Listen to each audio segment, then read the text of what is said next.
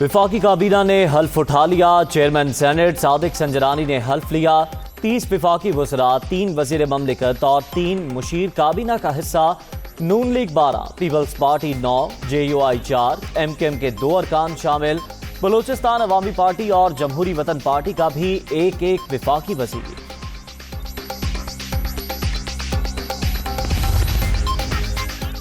نون league کے وزراء میں رانا ثناءاللہ، ایاز صادق، احسن اقبال، اعظم نذیر تارڑ، خواجہ آصف، مفتاح اسماعیل، مریم اورنگزیب شامل۔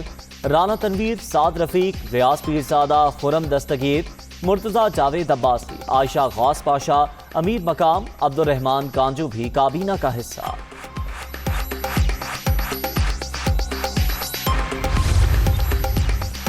پیپلز پارٹی کے خورشید شاہ، نوید قمر، شہری رحمان، عبدالقادر پٹیل، شازیہ مریم، مرتضیٰ محمود، ساجد توری، احسان مزاری، عابد حسین وفاقی کابینہ میں شامل۔ ہنا ربانی کھر وزیر مملکت بن گئیں۔ قمر زمان کائرہ مشیر مقرر۔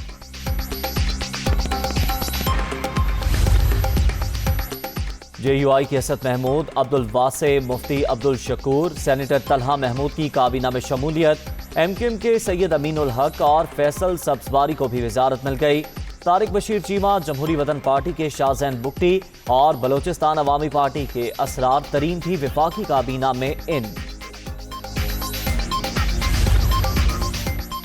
جہانگیر ترین گروپ کو مرکز میں اہم ذمہ داری مل گئی۔ مرکزی رہنما اون چودھری کو وزیر اعظم کا مشیر بنا دیا گیا۔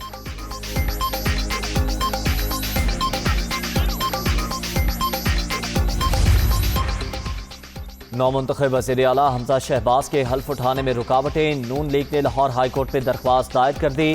گورنر پنجاب کو وزیر اعلیٰ سے حلف لینے کے احکامات جاری کرنے کی استدعا۔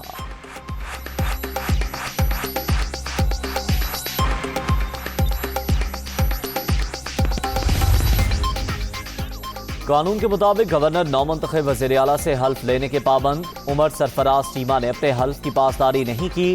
وزیر اعظم سے درخواست ہے گورنر پنجاب پر آرٹیکل 6 لگائیں۔ عطا تارڑ کی media talk.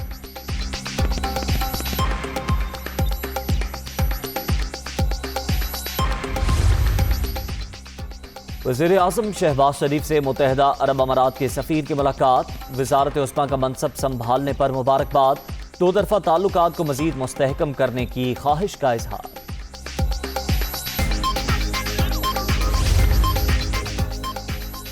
PTI foreign funding case کی سماعت۔ تحریک انصاف کے وکیل الیکشن کمیشن میں پیش۔ پولیٹیکل پارٹیز آرڈر کے تحت غیر ملکی کمپنیوں سے فنڈنگ کی اجازت ہے۔ ہر جگہ فارن فنڈنگ کا ذکر ہوتا ہے، جبکہ کیس ممنوعہ فنڈنگ کا ہے۔ ممنوعہ فنڈنگ ملک کے اندر سے بھی ہو سکتی ہے۔ انور منصور کے دلائل۔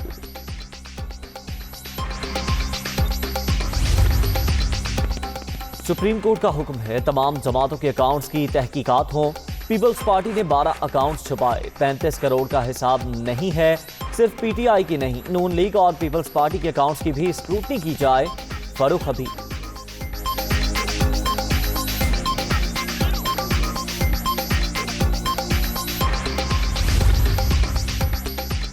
نئی حلقہ بندیوں کے شیڈیول کے خلاف سپریم کورٹ میں درخواست دائر۔ نئی مردم شماری ہونے تک نئی حلقہ بندیوں کی کوئی ضرورت نہیں۔ الیکشن کمیشن کا شیڈیول آئین اور قانون کے خلاف ہے۔ تحریک انصاف کا درخواست میں موقف۔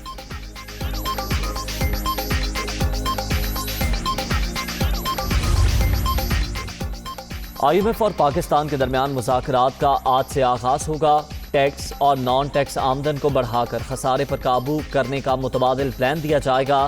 مذاکرات کی کامیابی پر $1 ارب کی قسط ملنے کا امکان۔